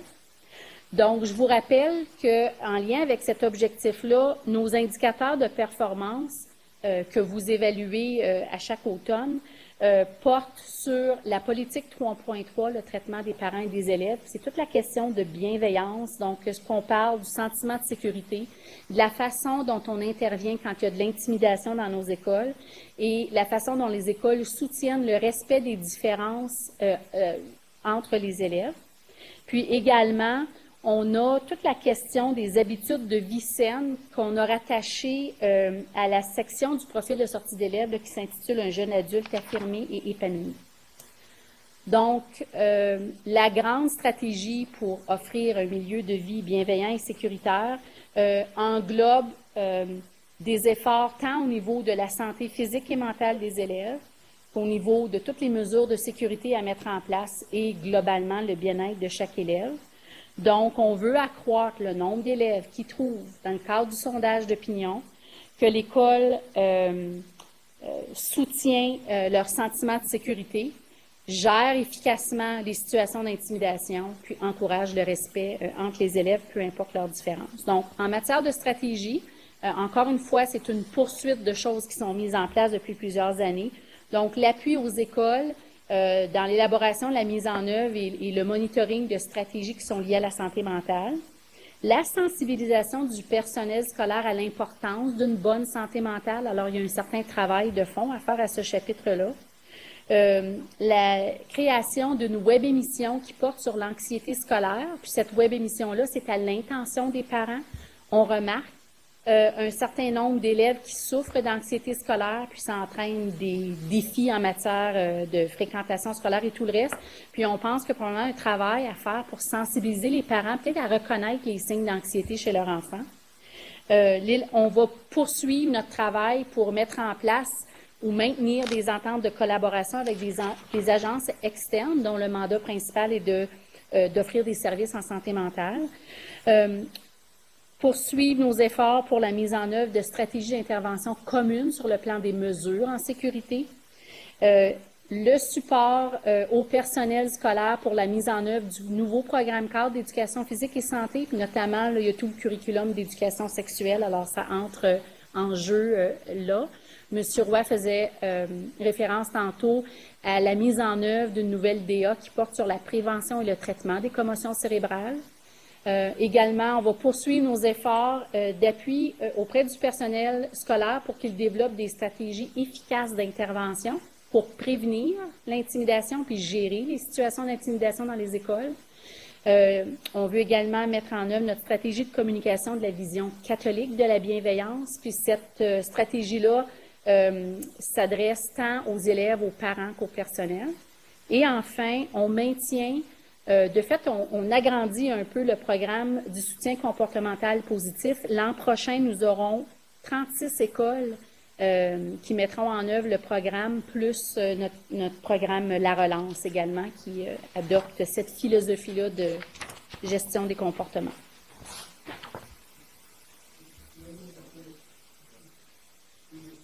Là-dessus, c'est une augmentation de combien d'écoles? Vous avez parlé de 36 écoles. Il y en avait 34 cette année, plus La Relance. Donc, c'est 2 écoles supplémentaires. Si. Le troisième objectif de performance touche toute la question de construction identitaire catholique et francophone. Encore là, je vous rappelle, vous avez 3 indicateurs de performance pour pister toute la question de la construction identitaire. Alors, l'utilisation du français oral, qui est une habileté d'apprentissage qu'on évalue dans le bulletin. La capacité des élèves à se référer à leur foi pour agir et prendre des décisions et le test sur les connaissances des éléments de base de la foi catholique. Je vous rappelle qu'on vit encore avec ces indicateurs-là pour 2 autres années et dans le plan de développement qu'on vous a proposé à l'automne pour les résultats fixés à la direction de l'éducation, les indicateurs politiques, on s'est engagé à ce qu'en 16-17, on développe un nouvel outil de mesure pour le volet catholique de la construction identitaire. Mais pendant 2 ans, on vit avec les indicateurs qu'on avait depuis un certain nombre d'années. Donc, en matière de construction identitaire, on souhaite accroître le nombre d'élèves qui se réfèrent à leur foi pour agir puis qui s'expriment spontanément en français. Alors, encore une fois, on est dans la continuité. On veut poursuivre l'accompagnement des directions d'école pour qu'ils deviennent encore plus conscients de leur rôle pour accroître la capacité du personnel des écoles à actualiser la construction identitaire de nos élèves. On souhaite également poursuivre nos efforts pour sensibiliser puis outiller le personnel à développer la construction identitaire des élèves. Et enfin, la stratégie prévoit également d'accroître les connaissances de base du personnel en matière de la foi, sur la foi catholique. Et 3 autres éléments à la stratégie. On continue à soutenir les réseaux d'animation culturelle et pastorale aux 2 paliers. On veut développer des outils pour faire en sorte que le personnel enseignant a une compréhension commune et évalue de manière harmonisée l'habileté d'apprentissage et d'utilisation du français oral. Et puis c'est connexe à la stratégie du climat scolaire bienveillant. Donc, poursuivre avec la stratégie de communication de la vision catholique de la bienveillance. Alors, il y a des liens entre ces 2 morceaux-là des stratégies. Le dernier objectif de performance prioritaire, c'est de recruter et retenir un plus grand nombre d'élèves. Alors, je vous rappelle encore une fois que les indicateurs de performance que vous suivez à ce chapitre-là, c'est le nombre d'élèves inscrits en maternelle et le taux de rétention entre la 6e et la 7e année, ainsi qu'entre la 8e et la 9e année. Alors, l'objectif n'est pas compliqué. On peut recruter et retenir un plus grand nombre d'élèves. Et pour ce faire, on entend identifier le bassin potentiel des ayants droit et des nouveaux arrivants catholiques et francophones, mettre sur pied une équipe de travail multidisciplinaire qui se penchera sur nos secteurs en décroissance pour élaborer un plan d'action spécifique à ces secteurs-là. Comme le mentionnait M. Roy tantôt, on poursuit le développement de notre stratégie d'éducation internationale et on poursuit notre campagne de notoriété et notre programme de bilinguisme, puisque ce sont des éléments qui nous aident en matière de recrutement et de rétention. Maintenant, au niveau des objectifs stratégiques prioritaires pour l'an prochain, alors le premier objectif est celui d'amener le personnel à mettre en œuvre des approches pédagogiques qui soutiennent la transformation de l'expérience d'apprentissage. Vous allez remarquer que notre façon de planifier quand on touche les objectifs stratégiques prioritaires est légèrement différente que les objectifs de performance. Alors, ce qu'on a fait pour chacun des objectifs stratégiques prioritaires, on a identifié les indicateurs qui vont nous permettre de voir la mesure dans laquelle on avance bien dans la mise en œuvre de notre plan stratégique. Puis, on identifie des produits livrables qu'on va livrer dans le cadre de cet objectif-là. Donc, en ce qui a trait à l'objectif stratégique 2.1, on va pister 2 choses. on va regarder dans quelle mesure les ressources qui vont être produites ou mises à la disponibilité des élèves, du personnel et des éducateurs sont utilisées, puis la mesure dans laquelle les élèves, le personnel enseignant, les éducateurs font appel à ces ressources-là, donc la question d'accès. Et parmi les produits livrables auxquels on va travailler l'an prochain, puis je vous dirais même qu'on a commencé à y travailler cette année, on note le cadre d'efficacité des écoles qui va être révisé pour tenir compte de cette nouvelle réalité-là, la révision du cadre de développement professionnel du personnel enseignant, la mise à jour du profil de compétences du personnel enseignant pour tenir compte de la vision stratégique, un outil qui va permettre aux équipes écoles d'évaluer leur progrès en matière de transformation d'expérience d'apprentissage et on poursuit avec nos efforts pour accompagner les écoles dans la mise en œuvre de leur plan de citoyenneté numérique. Le deuxième objectif stratégique prioritaire pour l'an prochain, c'est le 3.3 qui touche les capacités d'influence de notre conseil, tant sur les politiques que sur les décisions du ministère. Et donc, les indicateurs qu'on entend pister, c'est le nombre de mémoires et de documents de positionnement qu'on déposera à différentes instances pour différentes raisons. Également, le montant total de financement qu'on recevra pour différents projets. Alors, les produits livrables, il y aura des documents de référence, des outils et de la formation, tant à votre intention, les conseillers scolaires, qu'à l'intention des cadres, puis également un plan de démarchage. Le troisième objectif stratégique prioritaire se trouve dans le quatrième pilier qui vise à rendre l'organisation plus souple et agile. Et le premier objectif qui a été identifié comme prioritaire dans ce pilier-là, c'est le 4.1, l'organisation optimise les processus à valeur ajoutée. Donc, encore une fois, 2 indicateurs qui seront pistés dans le cadre de cet objectif-là, à savoir le sentiment d'auto-efficacité du personnel dans le cadre des processus et la diminution de la lourdeur des processus à valeur ajoutée. Alors, en fait de produits livrables, on a l'intention de dresser l'inventaire des processus qui sont en place dans l'organisation, de prioriser sur 4 ans les processus à valeur ajoutée qu'on veut optimiser. On a l'intention également de se procurer un outil numérique qui va nous permettre d'automatiser certains processus à valeur ajoutée, encore une fois pour alléger la lourdeur administrative. Et enfin, les 2 derniers morceaux, on reconnaît que depuis plusieurs années, on a accumulé beaucoup de référents corporatifs. On parle de profil de sortie, de mission, de vision stratégique, de garantie, de credo, de tous ces morceaux-là. Alors, on veut faire un recensement des référents corporatifs puis déterminer lesquels on va conserver qui vont nous permettre de soutenir notre lancée des 4 prochaines années. Et le dernier objectif stratégique que vous aviez identifié comme étant prioritaire, c'est le 4.3, toujours dans le 4e pilier, qui touche toute la question de la gestion des risques et de la saine gestion. Alors, par rapport à cet objectif-là, on a identifié 3 indicateurs qu'on entend pister. Le premier étant le taux de conformité au DA qu'on considère qui nous permettent de gérer des risques élevés dans l'organisation, le taux de déploiement des recommandations des rapports des vérificateurs internes et externes et le taux de satisfaction des usagers en matière de communication interne. Parce que quand on a fait notre exercice de consultation auprès des cadres, on s'est rendu compte que les gens ont plein de bonnes intentions et veulent soutenir tous les efforts de gestion de risque et de saine gestion, mais parfois, il y a certaines choses qui achoppent en matière de communication. Alors, c'est la raison pour laquelle le premier produit livrable, on veut mettre en place un intranet qui est digne de notre lancée dans le 21e siècle. On veut élaborer un cadre de gestion des risques, un cadre de gestion de l'information. On veut faire un inventaire de nos directives administratives qui sont liées à la gestion de risques élevés. On veut prioriser les recommandations des vérificateurs internes et externes. D'ailleurs, c'est déjà quelque chose qu'on fait depuis quelques années. Et élaborer les plans de mise en œuvre qui sont requis là, pour rencontrer les recommandations des vérificateurs internes et externes.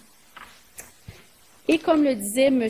Roy, on a quand même voulu investir dans 2 autres objectifs stratégiques qui ne sont pas identifiés comme étant prioritaires Mais le travail qu'on va faire dans le cadre de ces deux objectifs-là s'avérait incontournable dès l'an prochain. Alors, le premier, c'est le cadre d'imputabilité qui soutient l'actualisation du profil de sortie de l'élève.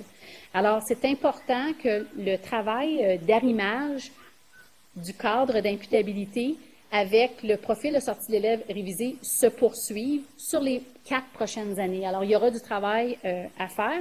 Vous vous souviendrez, quand on s'est vu dans la session de travail du mois d'octobre, on vous avait présenté un plan sur 3 ans pour des nouvelles mesures, des indicateurs qu'on voulait modifier. Alors, c'est ce travail-là qu'on entend continuer. Pour nous, il y a 2 indicateurs importants qui nous indiquent si on est bel et bien en train d'atteindre notre objectif stratégique. Le premier, c'est votre degré de confiance à l'égard des indicateurs comme reflet de la mise en œuvre du profil de sortie de l'élève. Et le deuxième, c'est le degré d'efficacité des indicateurs professionnels comme levier de changement dans les écoles. Alors, les produits livrables, bien évidemment, c'est les résultats fixés à la direction de l'éducation qui vous sont déposés à tous les mois de novembre. Le programme d'indicateurs, c'est indiqué professionnel, mais je dirais également politique. Le gros morceau l'an prochain, c'est le développement de la mesure en pensée critique et d'une mesure en littératie numérique et compétences informationnelles. Le tableau de bord des écoles. Alors, on a livré un nouveau tableau de bord aux écoles en mars, mais c'est évident qu'il va y avoir du travail de peaufinage à faire au courant des prochaines années. La mise à jour des normes de performance par l'administration, c'est le cadre en fonction duquel les écoles savent si on les juge performantes ou non. Et on entend mettre en place un processus, probablement 2 fois par année, de consultation des directions d'école sur l'efficacité des indicateurs professionnels. Le deuxième objectif où on veut investir un peu d'énergie l'an prochain, toujours pour bien poursuivre la lancée des 4 prochaines années, c'est l'objectif 2.3 qui touche la synergie avec les partenaires de la communauté pour soutenir la réussite et le bien-être des élèves. Donc, 3 indicateurs qui seront pistés. Alors, la capacité ou les possibilités pour que chaque école ait accès à des partenaires qui viennent soutenir leurs efforts de réussite et de bien-être au niveau de leur plan d'amélioration d'école, le nombre de partenaires qui contribuaient à des activités d'apprentissage en lien avec l'apprentissage par expérience et le taux de satisfaction des partenaires par rapport à la collaboration qu'ils établissent avec nous et nos écoles. Il y aura 4 produits livrables et le travail va être amorcé en 15-16, soit pour identifier des partenaires, donc des types différents de partenaires, différentes catégories de partenaires et ainsi de suite. On veut mettre sur pied une base de données de partenaires pour que les écoles aient accès à tous les partenariats potentiels qu'ils pourraient mettre en place pour soutenir la réussite et le bien-être de leurs élèves. On veut mettre en place une stratégie de recrutement et de valorisation de nos partenaires et également avoir un programme d'accompagnement à la fois des écoles et des partenaires pour faire en sorte que les partenariats qui seront mis en place soient efficaces et que de part et d'autre, le taux de satisfaction soit élevé. Alors, ça complète la partie sur le plan d'amélioration du conseil. Merci, Mme Tremblay. Vous avez aussi au document à page 73, disons, au niveau des présentations des rapports et des dates limites. Ce soir, on vous présente le dépôt du budget. Vous allez devoir l'adopter soit ce soir ou le 16 juin. Et le 30 juin, nous, on doit déposer les prévisions budgétaires au ministère de l'Éducation. Le 14 novembre 2015, il va y avoir les états financiers vérifiés pour 2014-2015, donc le budget qu'on a présentement. Le 15 décembre 2015, les prévisions budgétaires révisées 2015-2016 à la lumière des effectifs au niveau du 31 octobre. Et le 15 mai 2016, on a un rapport financier pour la période du 1er septembre 2015 au 31 mars 2016. Donc, c'est à peu près des étapes au niveau de l'ensemble du budget. Donc, on est prêt à répondre à vos questions. Et par la suite, bien, vous avez des recommandations advenant que si vous êtes prêts ou si vous les modifiez, on est prêt à écouter, à répondre à vos questions. Bon, merci beaucoup de la présentation. Je pense qu'on reconnaît tous et toutes que ce fut un défi de taille cette année de nous présenter un budget encore équilibré, 316,6 millions. C'est excellent. Donc, vu la croissance de notre conseil, 38 employés supplémentaires aussi. Donc, on est encore un chef de file dans ce domaine-là en termes d'employeurs de choix dans la région d'Ottawa, de la grande région de notre conseil. Alors, est-ce qu'il y a des questions au niveau de la présentation qu'on a reçue ou même des commentaires que vous vouliez faire à ce moment-ci, les conseillers et conseillères, au niveau du budget qui nous est présenté? Puis peut-être si vous avez des questions, peut-être nous aider en faisant référence à la page de la présentation pour un peu nous permettre de revenir à la diapositive. Conseiller mariage? Merci, Monsieur le Président. J'ai deux questions. Le premier n'a pas vraiment lien direct avec une diapositive, mais concernant le budget, on a mentionné qu'un des coûts qu'on ressent sur les frais de démarrage d'une nouvelle école, par exemple, l'achat de livres pour les bibliothèques, etc.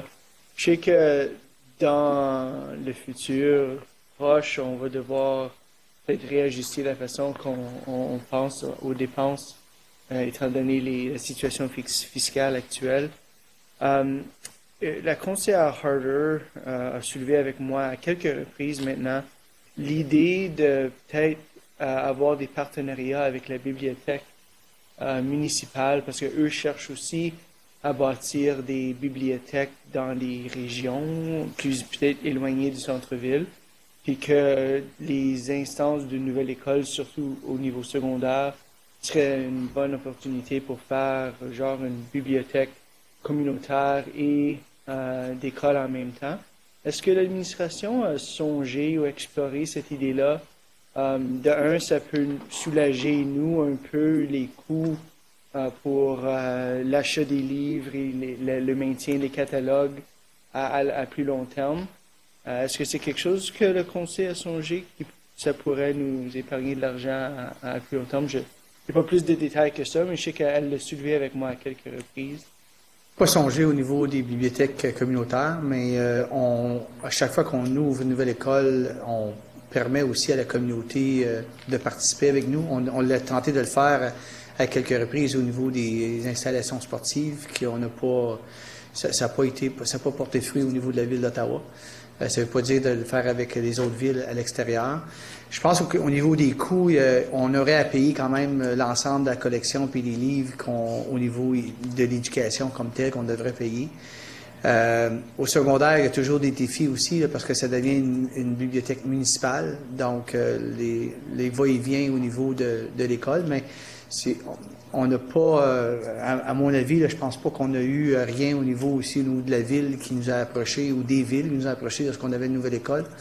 Mais il faudrait peut-être faire une analyse au niveau des avantages et des désavantages, puis si on avait à économiser des coûts, est-ce qu'on économiserait au niveau de la construction? Parce que ça nous permettrait d'avoir une bibliothèque jointe à l'école, mais c'est définitivement que on aurait une préoccupation aussi de sécurité, dans le sens que n'importe qui peut entrer dans l'école à ce moment-là, dans la bibliothèque, avec nos élèves. Je sais pas.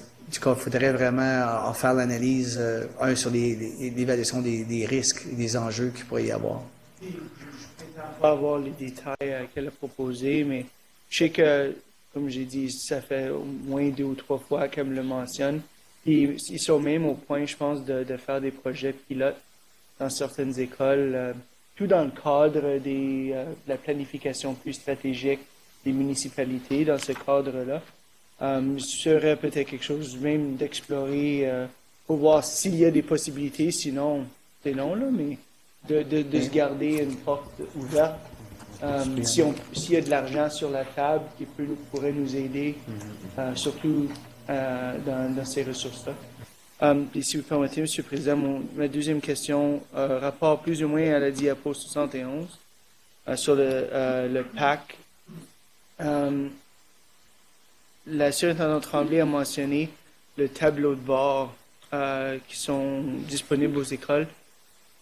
Lors de ma rencontre avec le conseil d'école de Bernard Grandmaître, ils ont soulevé la question des chiffres que le rapport Fraser nous présente. Puis quand on leur a présenté, quand M. Richardson a présenté le tableau de bord qui existe pour les écoles, ils ont suggéré à ce moment-là que ce serait peut-être une bonne idée de rendre certaines sections du tableau de bord ouvert au public ou de le présenter d'une façon plus accessible pour le public comme outil de recrutement pour faire un genre de contrepoint aux chiffres que l'Institut Fraser sort, parce que c'est plus détaillé, c'est plus intime dans nos écoles, les chiffres sont plus réels. Donc, ça donnerait un genre de contrepoids aux chiffres que l'Institut Fraser propose. Je vous lance ça comme ça. Puis je sais que le surintendant Richardson en a pris note aussi, mais je tenais à soulever parce que la surintendante Tremblay a mentionné le tableau de bord.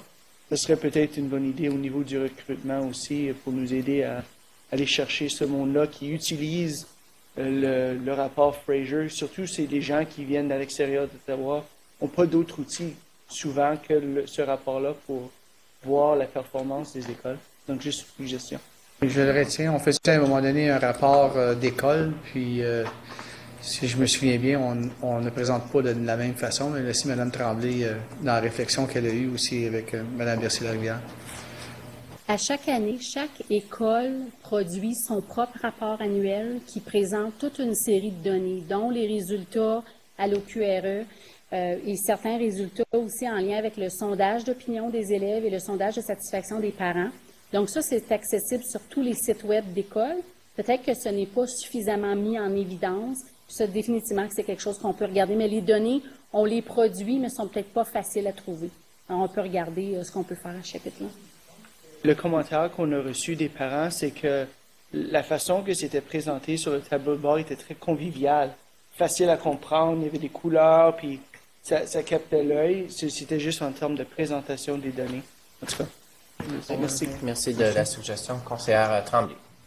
Premièrement, j'aimerais vous remercier pour tout le travail en tant que conseillère qui voit le budget pour la première fois en séance. J'ai trouvé ça excellent, malgré que c'est beaucoup d'informations. J'aimerais premièrement vous remercier pour le nouveau montant que vous avez accordé pour la santé mentale. On sait que c'est un problème très gros au Canada et bien caché, donc c'est très bien.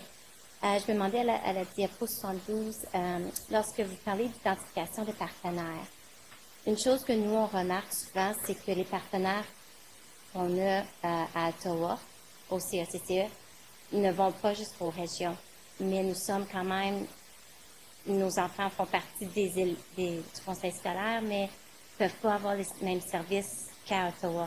Est-ce qu'on va considérer un lien, là, que si nos enfants sont dans le conseil CECCE, pour avoir même les mêmes services à ces partenaires-là, malgré que nos adresses ne sont pas à Ottawa?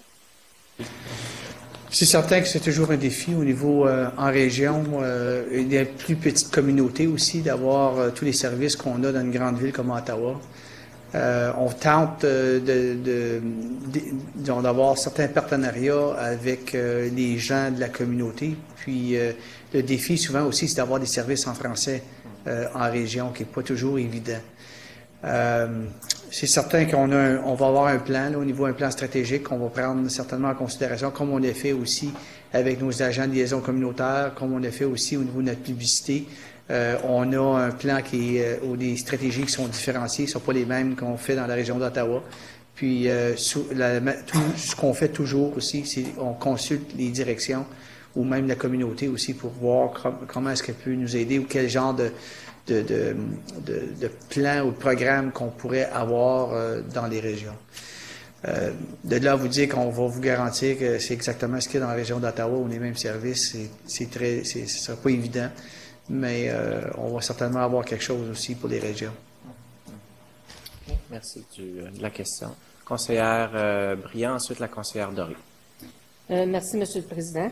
J'aimerais également féliciter l'administration pour le beau travail. C'est exceptionnel. J'ai aussi, je vois aussi que ça répond beaucoup, ça répond à toutes nos attentes. Alors, vous avez couvert pas mal de nos attentes. Maintenant, j'avais juste 2 commentaires sur la réduction des écarts de rendement. Ça aussi, je suis bien contente de voir que vous accordez beaucoup de poids sur la performance de nos écoles qui performent moins et également sur le nombre d'élèves qui ont des PEI parce que on dit qu'on veut répondre que chaque élève du conseil réussisse. Alors, Je crois que ça l'adresse bien cet élément. Et puis, l'autre aussi, c'est le milieu scolaire sécuritaire et bienveillant. Comme conseillère Tremblay a mentionné, je veux féliciter l'administration pour avoir alloué tellement d'importance à notre les programmes de santé mentale, parce que on sait que c'est pas reconnu partout, c'est souvent glissé sous le tapis. Et puis nous, étant chef de file, je crois que on donne le bon exemple en commençant de l'extérioriser. C'est certain qu'on va être copié, et puis c'est ça qui me fait bien plaisir. Alors, merci. Parfait, merci de votre commentaire. Conseillère Dory? Oui, eh bien, moi aussi, je vais commencer par féliciter l'administration pour un excellent travail. Tout ce qu'on a identifié à travers l'année comme objectif prioritaire et notre demande de stratégie à mettre en place pour justement favoriser la réussite chez nos élèves. Je pense que on le voit dans ce que vous nous présentez ce soir. Je suis contente de voir qu'on met aussi beaucoup d'accent sur la formation de nos enseignants et des non-enseignants. Je pense que c'est à la base de tout. C'est beau d'avoir des outils, mais il faut savoir s'en servir et de la façon la plus efficace. J'avais une question, Monsieur le Président, au niveau du déficit du transport. Je ne sais pas à quoi est dû ce déficit. Et un deuxième volet, est-ce que notre subvention est encore basée sur notre niveau d'efficacité dans ce service-là? Si on peut juste clarifier au niveau du 2 par année, les coûts de l'augmentation. Oui, le 2 aussi qu'on perd parce qu'on était trop efficient, mais là, on va le regagner parce que vous voyez qu'on est déficitaire, mais je vais laisser M. Bellerose y répondre à vos deux questions, surtout la première, au niveau qu'est-ce qui est dû au niveau du déficit du transport. Merci, M. Roy. Je prendrais peut-être la diapo où on voit la décroissance du surplus du transport. Vous allez constater qu'en 2012, qui est peut-être une année ou deux après notre vérification d'efficacité, d'efficience et d'efficacité, le ministère a remboursé le déficit qui était de 1,4 million à l'époque au niveau du transport. Donc, si on inclut ça à notre croissance, ça a généré un surplus qui s'est soldé jusqu'à 774 000 $. Mais à chaque année, regardez la décroissance, puisque le ministère ne nous accordait pas notre 2 d'augmentation, alors que nous étions obligés de le donner au transporteur qui, lui, réclamait une augmentation parce que ses coûts allaient croître. C'est que ça l'a grugé graduellement le surplus suite à ce phénomène-là. Et cette année, exceptionnellement, on n'a pas notre 2 et en plus, on rouvre une nouvelle école qui s'appelle Fernbank, dont les coûts, on parle de coûts d'environ 350 000 de plus pour transporter les élèves à Pierre-Savard pour le premier semestre. C'est une addition de ces éléments-là qui a fait évoluer le surplus vers un déficit cette année.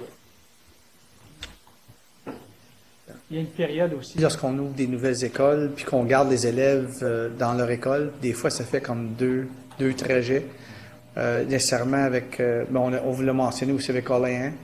Il va certainement y avoir des effets aussi avec Pierre Savard, donc avec Laurie Carrière, qui va avoir des coûts à un moment donné qu'on doit absorber. Mais la majorité du temps, lorsque l'école est à pleine capacité, à ce moment-là, on a des zones qui sont plus étanches et on ne transfère pas d'une zone à l'autre.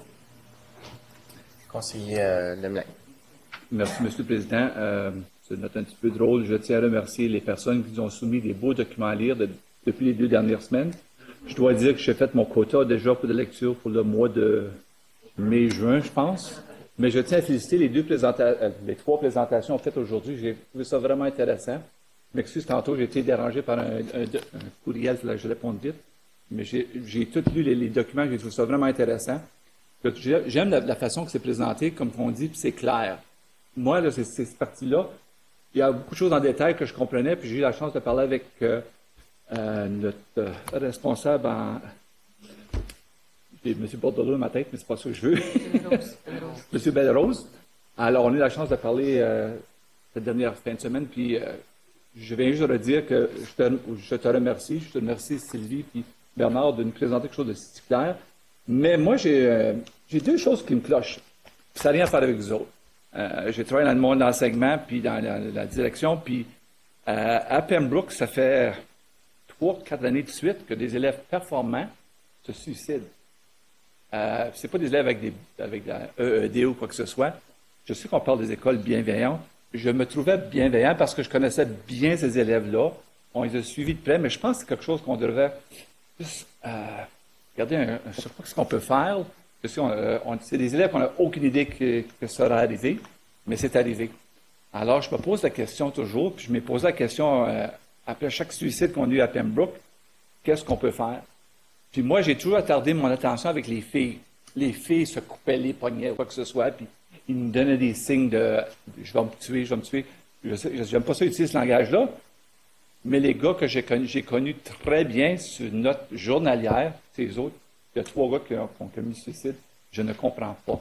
On dirait que j'avais mis toute mon attention vers les filles, puis il y a quelque chose qui est arrivé, c'est les gars qui m'ont glissé entre les doigts. Alors, je pense, je sais qu'on travaille bien fort cet aspect-là. Je suis certain que c'est un problème dans les autres écoles à Ottawa, de la région. On parle toujours qu'on veut aider un élève, mais moi, je trouve que je n'ai perdu 3. Ça m'a fait vraiment de quoi, puis je voudrais quelque part dans les années qui suivent, qu'on attarde cette attention-là. Une autre chose que je suis bien content de voir, c'est commotion cérébrale. Je dois vous dire, mon gars en est un cas. Je sais l'importance de ça. Puis je trouve ça bien important qu'on l'attaque parce que j'ai vu des jeunes, même au basketball, avoir des commotions cérébrales. C'est pas parce qu'il y a eu un coup dans le plein visage ou quoi que ce soit, le ballon il a frappé dans la tête. J'étais vraiment émerveillé de savoir, surpris de savoir qu'un ballon dans la tête peut causer une commotion cérébrale. Puis alors, en plus de ça, je suis un prof d'éducation physique, alors on en voyait avant, mais là, on dirait qu'on en voit une tonne. Puis, on les voit partout. Alors, je trouve qu'on s'en va dans une bonne direction, la bienveillance.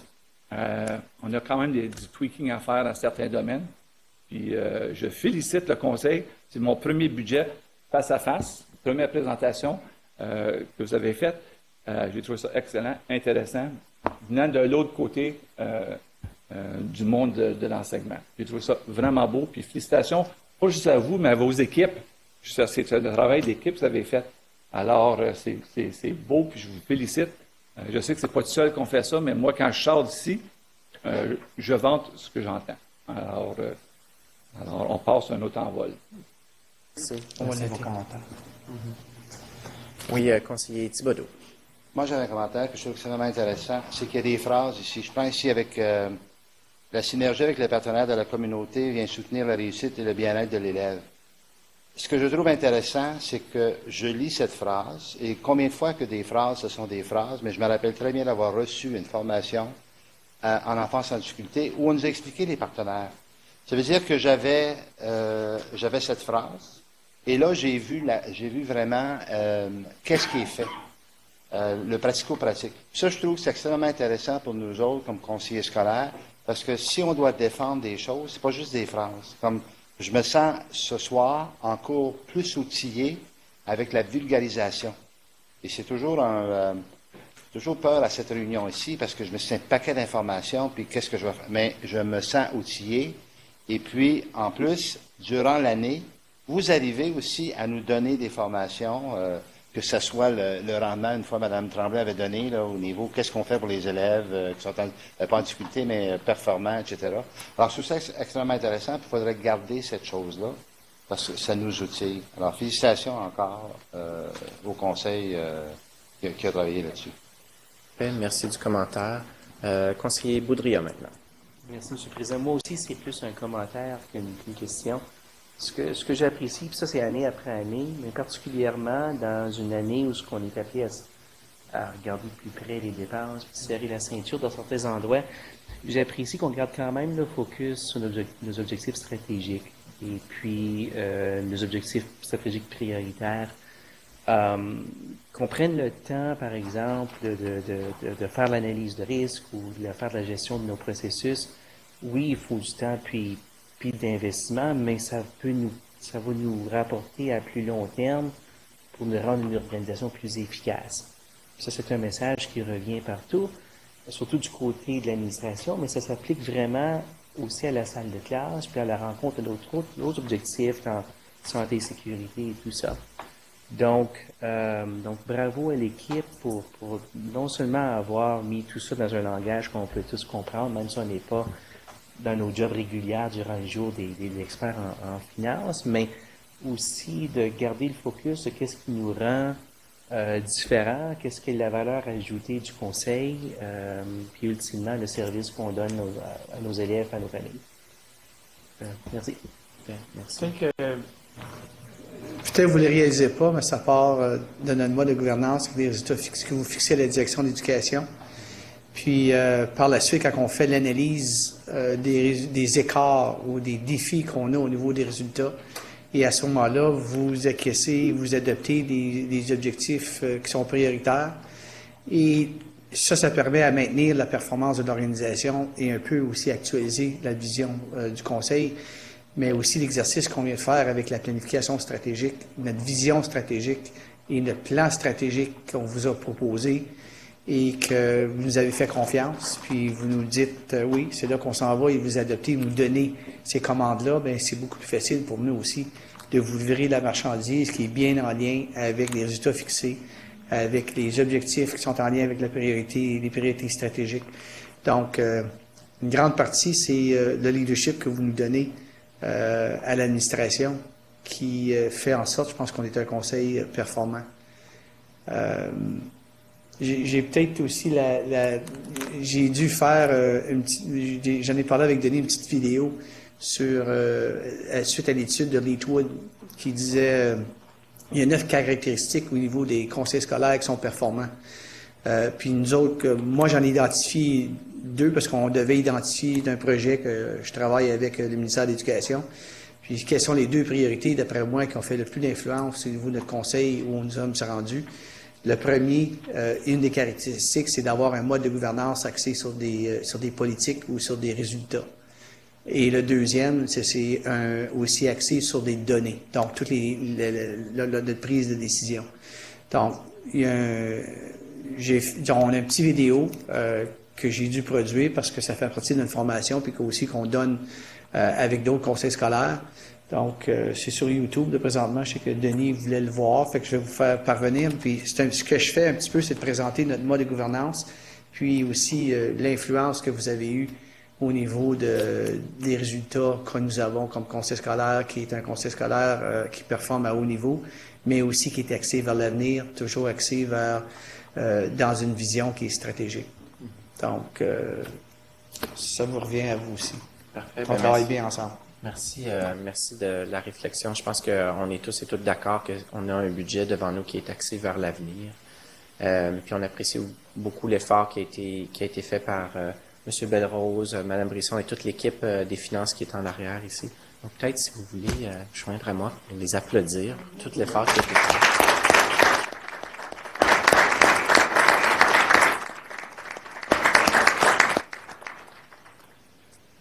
Je dois vous dire aussi que cette équipe-là a travaillé durant les fins de semaine parce que pour y arriver, ça ne serait pas arrivé. Donc, Mme Brisson, M. Belrose et les membres d'équipe, merci beaucoup. Merci. Alors, je vais lire la première recommandation pour recevoir le document d'abord. Alors que le document prévision budgétaire 2015-2016 soit reçu tel que présenté à la séance ordinaire du CSCCA du 2 juin 2015, proposé par la conseillère Briand, appuyée du conseiller Boudria. En faveur? C'est adopté, merci. Que la somme de 2 millions en provenance de l'enveloppe budgétaire de la mise en œuvre de la vision stratégique et non écoulée en 2014-2015 soit utilisée pour la mise en œuvre du plan stratégique tel que présenté à la séance ordinaire du CSCCA du 2 juin 2015, proposé par la conseillère Tremblay, appuyée du conseiller Thibodeau. En faveur? C'est adopté, merci. que la somme de 700 000 en provenance des enveloppes budgétaires pour la gestion de la performance et des initiatives du 21e siècle et non écoulées en 2014-2015 soit utilisée pour la mise en œuvre du plan stratégique, tel que présenté à la séance ordinaire du CSCCA du 2 juin 2015, proposé par le conseiller Lemelin, appuyé de la conseillère Lacombe. En faveur? C'est adopté, merci. Qu'une somme de 800 000 en provenance de l'excédent du solde d'une débenture du fonds d'amortissement soit utilisée pour l'achat d'équipements de scène et de cuisine pour 2 nouvelles écoles secondaires, École secondaire Paul Desmarais, Orléans secondaire, telles que présentées à la séance ordinaire du CSCCA du 2 juin 2015, proposée par le conseiller Mariage, appuyé du conseiller Boudria. En faveur? C'est adopté, merci. Qu'une somme de 320 000 en provenance de l'excédent non engagé soit utilisée pour les fonds de démarrage pour l'ouverture des 3 nouvelles écoles, École secondaire Paul Desmarais, Orléans secondaire et Avalon-Ouest élémentaire, telles que présentées à la séance ordinaire du CSCA du 2 juin 2015, proposée par la conseillère Lacombe, appuyée de la conseillère Tremblay. En faveur? C'est adopté, merci.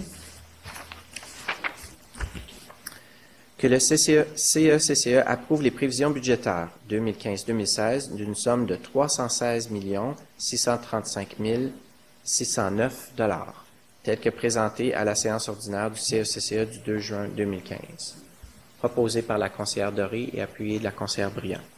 En faveur? C'est adopté. Merci beaucoup. Excellent. Est-ce que je pourrais prendre aussi, je sais qu'on a remercié beaucoup les gens des finances, mais aussi toute l'équipe du comité de gestion, les stratégies que vous avez là, ça fait partie du plan d'amélioration. Ils ont mis beaucoup de temps et d'énergie à faire des consultations et à travailler avec leurs équipes pour pouvoir le produire, et aussi à Mme Tremblay et son équipe au niveau du CIPO, là, toute la question des données. Donc, merci à l'équipe.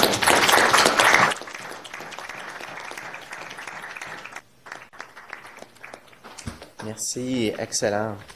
Alors, au niveau, je vais me tourner vers la conseillère Tremblay pour...